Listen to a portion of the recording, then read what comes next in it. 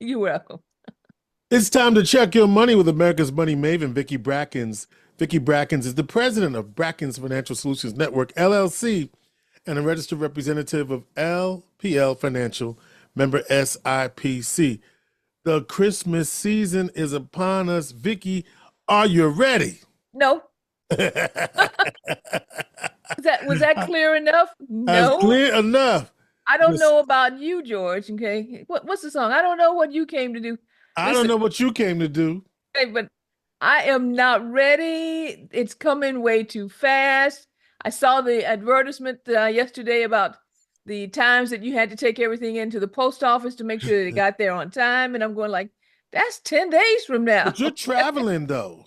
Yes, and the fun and the nice thing is that because I am traveling, I'm going down to see my sister and then going to see your sister-in-law, but we'll be in Tampa. Okay, there with Tammy and Fred. We decided this was going to be a Christmas for the kids only. Oh, okay. Okay, come down and as far as gift giving, it's for the kids only, which means it makes it so much simpler, absolutely simpler. Okay, and I'm so happy about that we finally have reached the age where just being together is enough. Well, well, yeah, it's been, but yeah, okay. I ain't gonna say nothing. You don't believe it, huh? Well, it's not that I don't believe it. I said, but boy, it's been a long time to get to this point. Oh, okay. Come on now. Okay, you can't do that. I Okay. know. That's why I said. That's why I started laughing. It's It been a has been minute. it had taken a minute. Okay. Yeah, yeah, Well, but that's actually, good. Hmm. Tammy tries every year. She's tried it every year for the last 5 years, but I ignored her. But Oh, this okay. this year, this year She I'm put her gonna go foot down. honor that. She put her foot down. She did. She did. Okay. All right, George. So today's I don't even want to necessarily call it a seminar or a talk or anything like this. I want to talk about this as a conversation. Okay. I've been just having a conversation with you and our friends there and what they used to say Radio Land Radio Land. about the things that I have been thinking about for the last 4 weeks since November 5th. You've been thinking about a few things, Vicky. I've been thinking about it for a few Would things, and would I know Were you were those things having to do with what's going to happen on January 20th? yes, okay. And as most people who are on our mailing list already know, which my team is amazing, we put together and they've been sending out a analysis of the first 90 days, meaning from the time period from the election, From the election. from the election to the 90 days is what's happening in market activity, comparing it to 216 to 224, because we're looking for patterns and opportunities. And then that series will continue. We did an overall arching report, and then there's a weekly report, and then it will continue after the inauguration, because what I'm really looking for is to see if we can identify patterns in the market conditions based on what we saw in history in the past. And so we're using it as an analytical tool.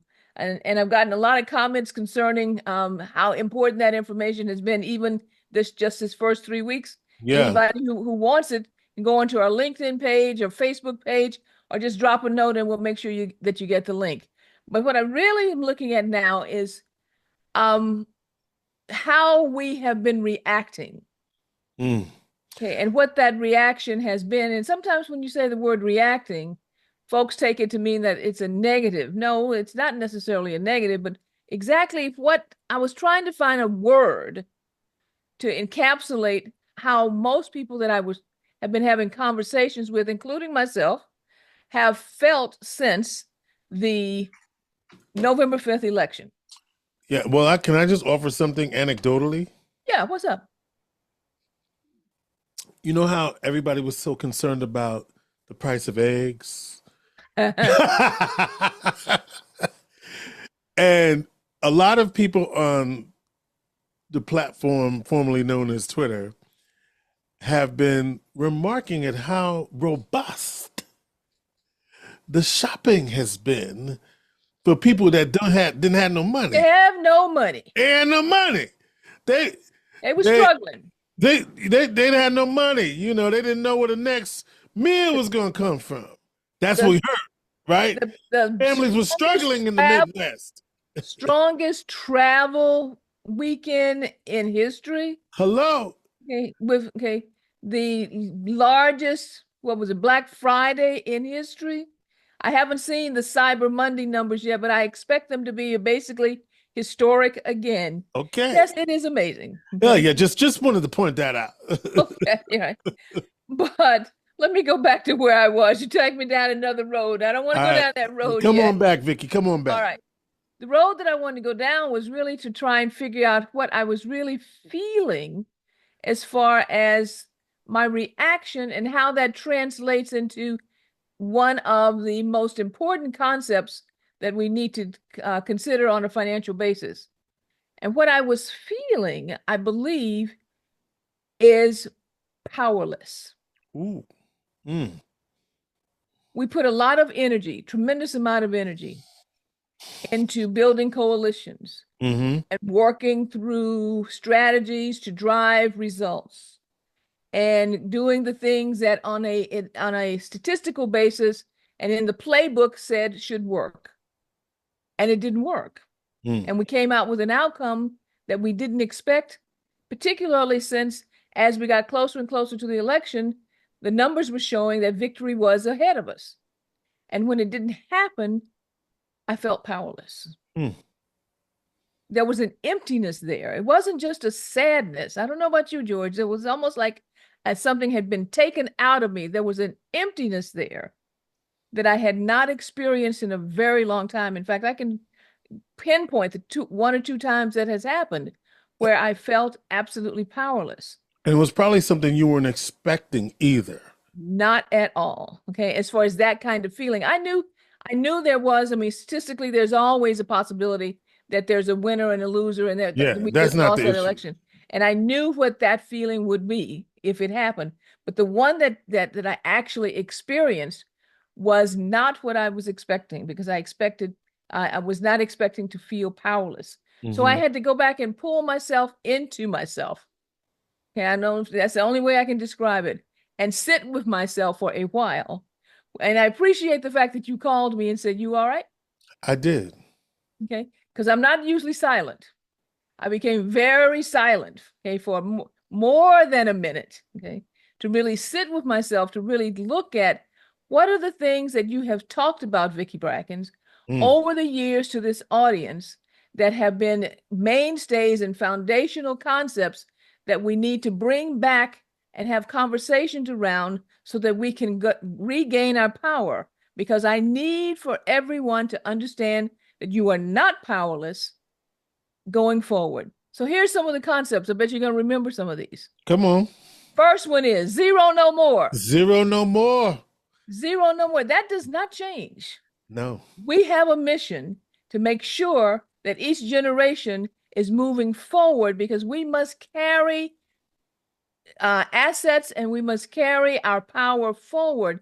There is zero no more. Each generation must fuel the next generation going forward. All right. Good. Also, Yes. number two, All right. So zero no more. Let's that's lock it number in, folks. one. Yeah. Okay. We still have to answer the question, what's What's important important about about money money to to me? me? Okay. That question still requires that we put effort into determining that answer, looking at the values and the steps and the outcomes that are important to driving success in our lives. Number three, if you recall, I gave you a formula for what true net worth is. We called it holistic net worth. And that was human capital Human capital. plus financial resources minus expenses equals holistic net worth. Don't forget that the things that you have learned as far as your skill sets, your abilities, your crafting, all of those things, plus the financial resources, is which creates the overall need or the overall structure for net worth minus the expenses. So that's what the human capital is. That's human Your capital. your Okay? skills and experiences. Skills and experiences. That's the human capital plus the financial resources. No, typically we always only talk about financial resources minus expenses equals net worth. No, It's your human capital plus your financial resources minus the expenses. All right, number 4, money. What is money? You remember this one, George? I'm not remembering this one. Okay, money is a claim on human labor. Mm. Money is a claim on human labor. You receive some type of remuneration. I never say that word right. Payment for every bit of labor that you produce. And that comes out in a form, whether it's digital or back in the Stone Age, whether it was seashells, but there is something that is an exchange of human labor, and it's a claim on a unit of human labor. That is the reason why slavery was so devastating, Right. because the human labor took place without the payment of the loss of human capital through a system that did not pay for the labor itself. Okay, that's number 4. Number 5. This is a big one. But can we go back to money? So what do we Yeah. need to know about that? Because all the rest of them had something. What is it about that? What we need to understand is that when you are working, when you are expending your human labor, when you are transferring your human capital, they all link together. When you're transferring your skills and your efforts, that if you are transferring it and not receiving equal value for that human capital, for that labor, Mm-hmm. then you are being, in some ways, re-enslaved. We'll talk about that later, All as far right. as a bigger concept, but that's basically what it means. Okay. Okay. Thank you. All right. Okay. The next one is a long formula, and I hope you can visualize this, because I usually put it up on this when I talk to students about it. I usually put it up on board, and that is this: it's a formula for understanding what money does or how it's created. Time Mm-hmm. plus work Plus work. creates money. So time plus labor creates money to do either one or two things: buy stuff or live a good life. And you're always making a decision between the two: consumerism or experience. Mm. It's the new way that it's described. So time plus work creates money to either buy things or live a good life. Now, the key here is which one of these elements within the formula is irreplaceable. Irreplaceable. Time. Time. Value your time. More than anything else, value your time. So when you're expending labor and you're being paid, look at what you're losing. Look at the loss value relative to time.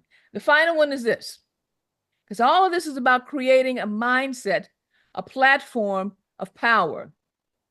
Remember our pyramid? Yes. Okay, well, tell my deltas. I can't do that really well because I'm an AKA. But anyway, Hello. you memory pyramid? Okay. Yes. The pyramid is, what we call the financial well-being pyramid. Yes. Steps: poor, broke, stable, prosperous, rich, and wealthy. How you ascend the pyramid will drive your financial well-being. Understanding what each rung of that pyramid means and understanding how to climb that pyramid successfully is what you're trying to build as far as accessing and building your power going forward. So I stopped and I thought, okay, fine, Vicki. All of these things we talked about over the years, you've got to bring them back in focus, because going forward, you need to use your power to make change. And here's one of the changes I want to talk to you about. This is the final thing here, George. Mm-hmm. All right. Most people think that I'm a little person, meaning themselves. Yes. I don't really have the power to make change against big institutions. But if you make a little change, and George makes the same little change, Vicki makes the same little change, and Melanie makes the same little change, and Sue and Jim and all make the same little change together, then as they say, it's kind of like that ant pushing up that rubber tree plant. That was my mother's favorite song to teach us how to always have high hopes. High hopes. High hopes. He's got high hopes. Hope. He's Can he got push that rubber high tree up apple pie exactly? in the sky High hopes. hopes. Okay. So if you all do it collectively, then the power to make change against large institutions starts to unfold. All right. All of us have probably a 401k plan because we've talked about it before. You may have individual investments that you have as far as what you've been saving. You have an IRA, a Roth IRA, all those types of things. Have you ever opened up the prospectus to look and see where the money is being invested and with which company? So if you open up your prospectus, that's that book that comes in the mail that's like this thick and you go like, oh, I don't want to read that. What's my account balance? That's all you care about. Okay. If you open up the prospectus, you will see that your $200 a month that you've been, or per pay period that you've been saving in your 401k, the investment manager has made a decision on where to invest those funds. Well, if they happen to be investing in a company that really you don't care about and doesn't care about you